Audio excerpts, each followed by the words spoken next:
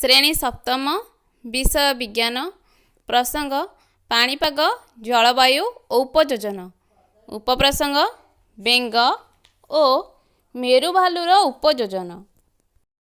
पूर्वकालांशटी आमे माछर उपयोजन विषय पढ़ी एबे जानिबा बेंगर उपयोजन। उभय स्थल और जल भागरे बेंग देखा जाए तेणु एहाकू उभयचर प्राणी कुआ जाए।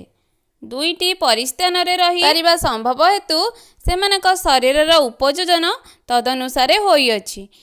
सेथिपाई सेमाने फुसफुस और चर्म उभय द्वारा श्वासक्रिया करिथांती। शीत ऋतुरे शरीर उत्तापरे संतुलन बजाय रखिया पई बेंग निष्क्रिय होई सोई रहे। एही भली शयन को शीत सुप्ति कुहा जाए। एही समय बेंग ता शरीर रे संचित थिबा खाद्य व्यवहार करी बंची रहे।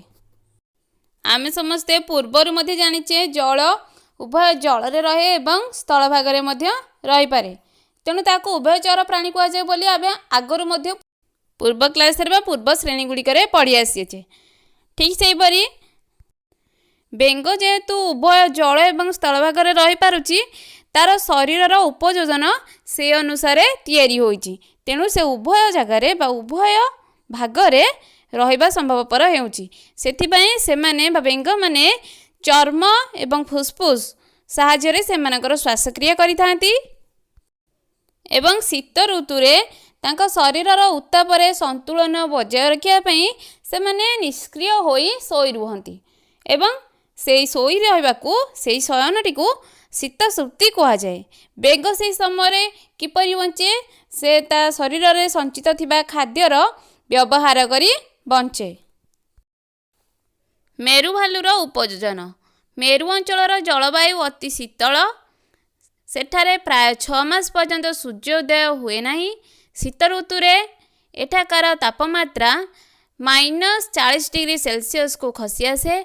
एही अंचल सबुबले बरफावृत।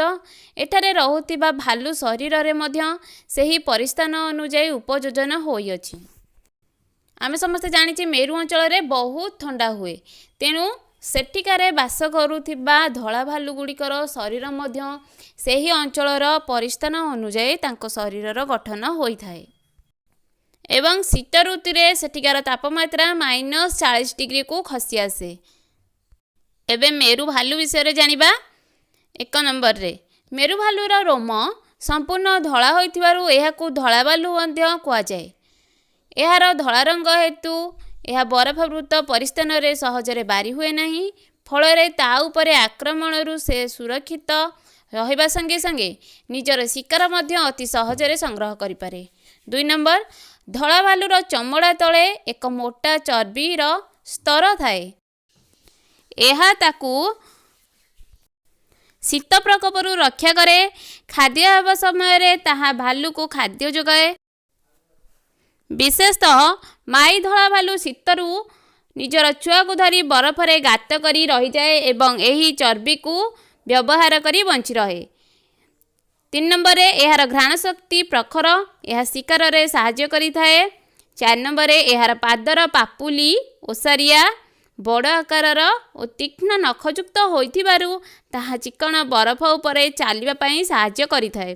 खरा दिने बरफ तरळिले पानी रे पहरिबा पई मध्य एहा उपयोगी होई थाए। कार्यपद 1 शीत ऋतुरे मेरु अंचलर तापमात्रा डैश डिग्री सेल्सियस थाए।